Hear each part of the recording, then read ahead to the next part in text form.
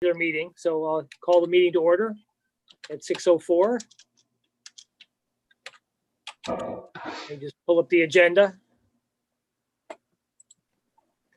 So approval of the prior minutes for the October 20th meeting. Did everyone get a chance to review the minutes? Yes, I did. Good. Would anyone want to make a motion to approve the minutes? I move to approve the minutes. I'll second that. All in favor? Aye. Aye. Old business, deed restriction updates. I don't know if there is any. Al, if you have anything you want to share publicly, let us know. Otherwise, I think I can say very briefly that, let's see, our attorneys, who I call town counsel, have written back to the law firm which contacted us, claiming that there are 3 or more individuals who feel they are heirs. And our town counsel has written back saying, okay, you've made your claim. Now, can you prove it? Can you forward us documentation as to the validity of your claim? So that's where it stands at the moment. And it is up to them to prove that they are legitimate heirs. It is not up to us to disprove that they are legitimate heirs. So that's where it sits for the moment. Is there any reason to believe that they are not, based on our own research? Barbara, it's pure speculation. At some point in the past, when Maria died, I believe that a probate court finding was that there were no further heirs. But that's the only piece of documentation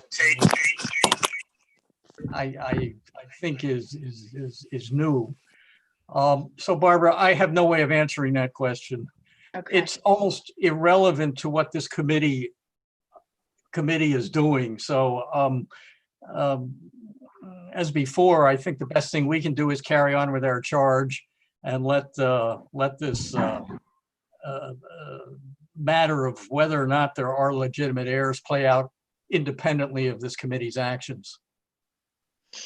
Well, I just say I don't know that I necessarily agree with that assessment. I think it is important to this committee because it is a prerequisite to anything we kind of do, I believe. But we had asked at the last meeting if there was an opportunity to have counsel come and kind of give us some information about their search and the status of this issue and where we're at on it. Was that request made, or is that something that's going to happen or not? Well, Barbara, it can certainly happen. I think when there's some information to share. At this point in time, it's simply a back and forth as to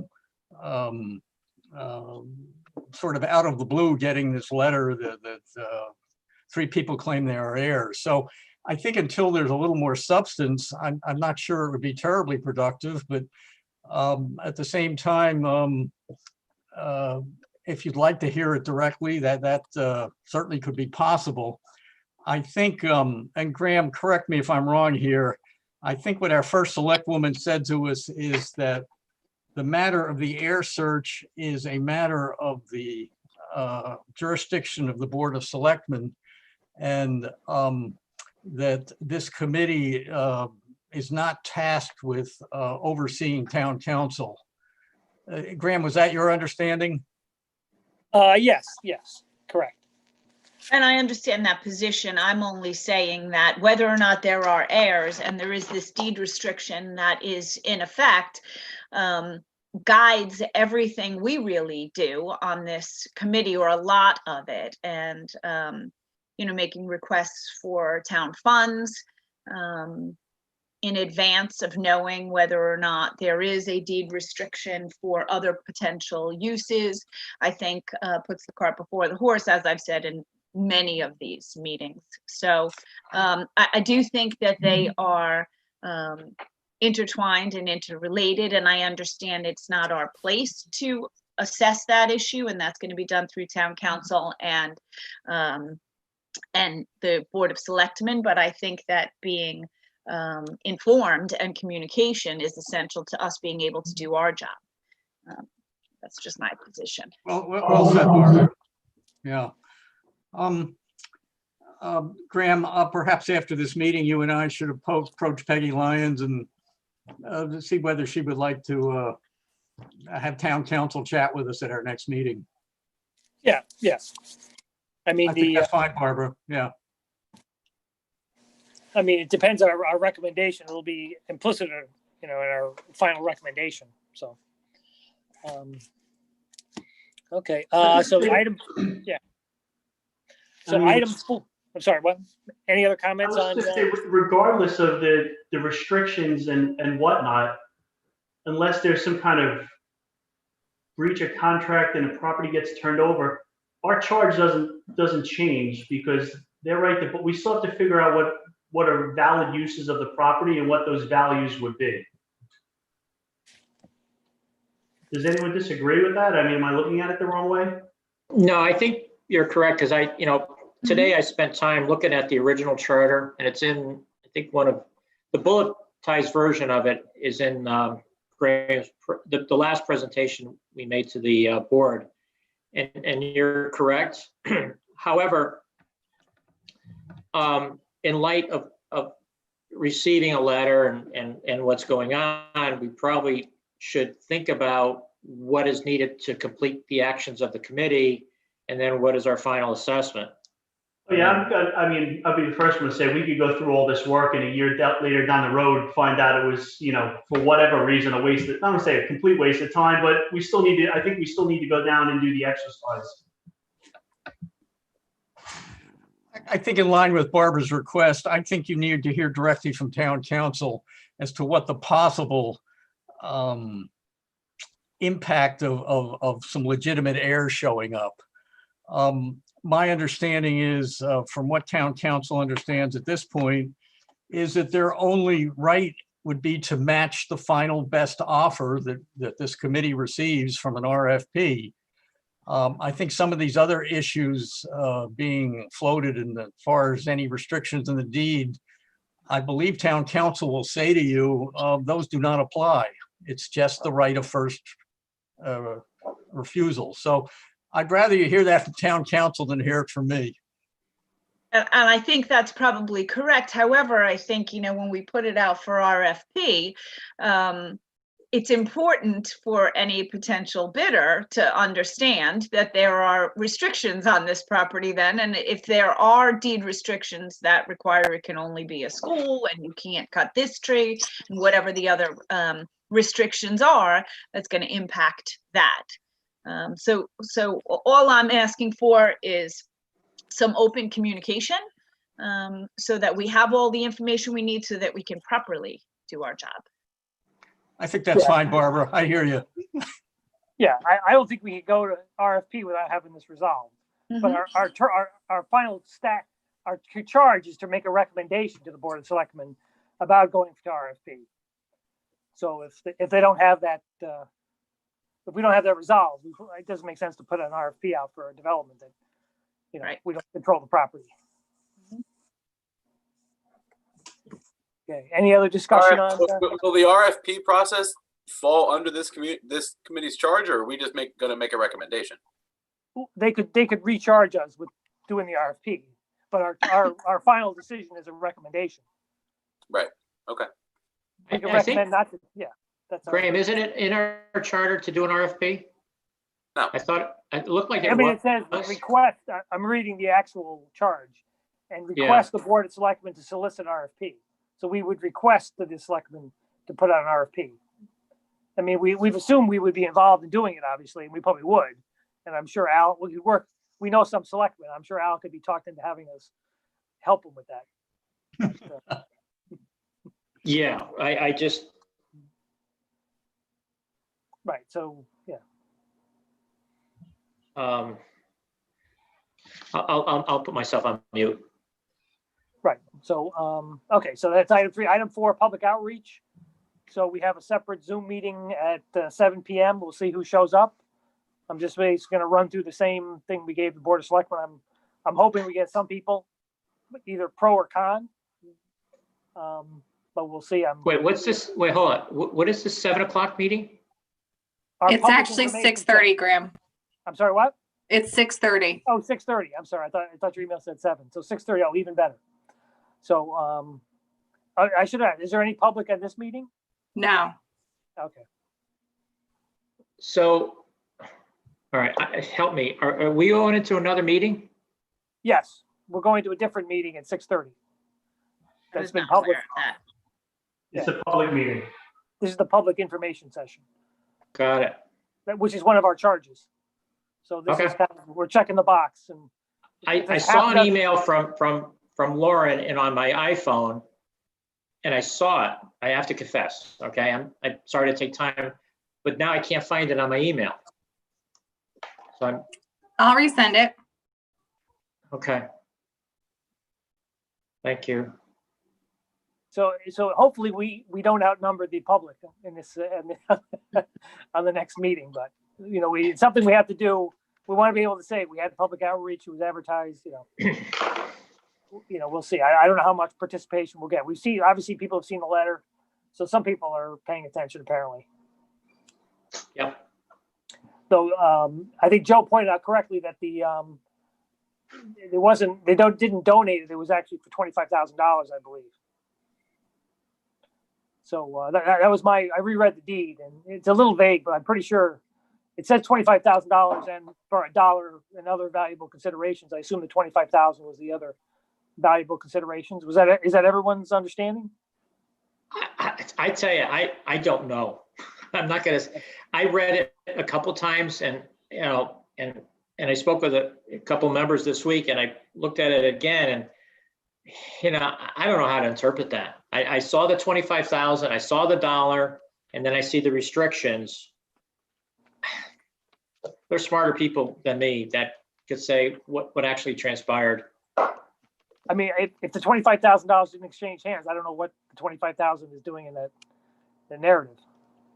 But did it exchange hands? It sounded like it had a value of 25,000 and then $1 because there was some taxes due and things like that. I don't know. That's interesting. I'll yield. I think that's beyond the scope of us, right? Yeah, I think it's Yeah. well pay grade on Yeah. this. It's above my labor grade. Well, 25 grand in 1949 was quite a bit of money. It was. Yeah, $1 was a lot of money. Yeah, no, 25 grand was a lot. If you put it in Yeah. I ran some simulations. If you put it in the S&P, it'd be worth $5.3 million today with compounding if you put it in the stock market, coincidentally. But we don't know. This really doesn't affect our charge either. Yeah, I just don't know. And I doubt that's Thanks, gonna come Lauren. up. Yeah, I doubt it's going to come up. Item 4, public outreach. That's any other comments on public outreach? That's at 6:30. Everyone has the link to that other meeting. And Lauren, you'll be you have the PowerPoint. I think you have that so you can pull it up. Yep. Okay, perfect. Moving on, so newsletter, we'll do another newsletter after this. New business, so the RFP process. So we had some brief discussions, so we'll have to probably start thinking about that. I think everyone has the draft, so we can start working on some drafts. I think some people volunteered to help kind of cull something together. Whether we do it before or after we talk to the attorneys, we can see. As a related note, the OLM people through Al have volunteered to come in and give us a presentation about their operation, since right now they appear to be one of the most likely people. So if everyone's okay with that, I'll reach out to them and set up one of our next meetings to have them come in and I think they gave a presentation to the Board of Selectmen. Al, if you could confirm.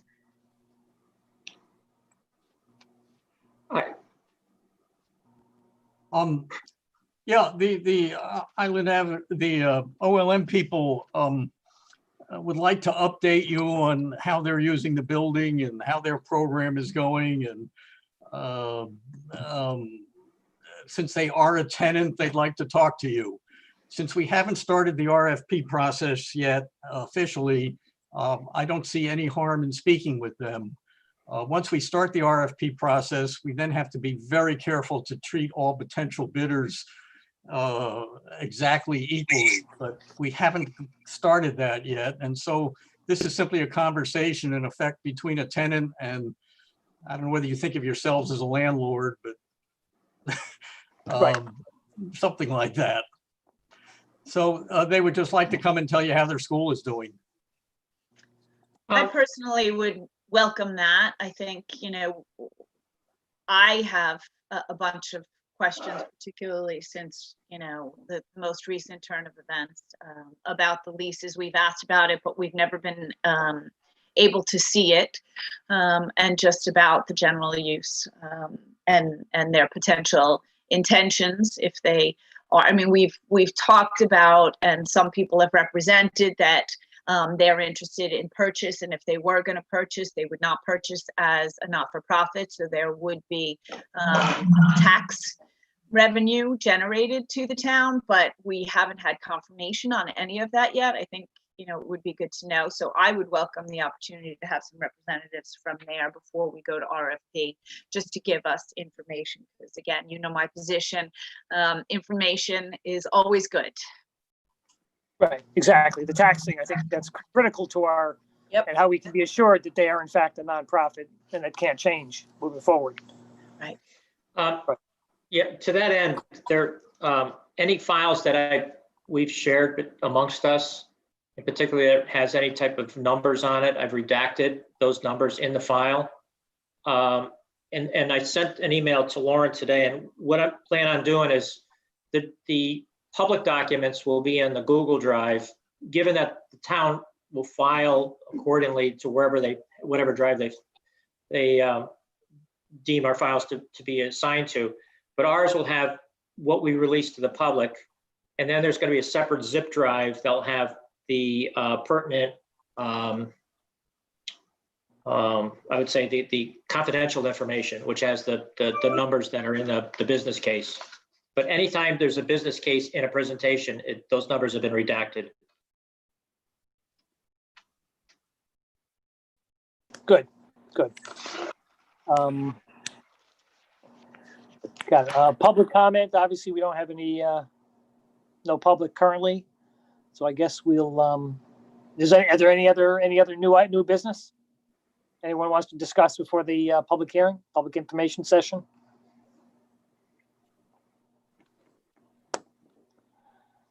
I guess with Yeah, that, we'll, I got one thing. Yep. Do we have an official response to the letter that was in the source, that in case that gets asked during this public information session? And Graham, you're going to be the person doing all the talking? yeah. I mean, feel free to jump in. I'm just gonna kind of run through I'll do a little more detail than I did for the Board of Selectmen, because the Board of Selectmen obviously knew a lot about the project. So we're assuming there's actually going to be public in 10 minutes. If not, we'll be we talking to ourselves. So we'll see. I assume we'll have a couple people at the least, but you never know.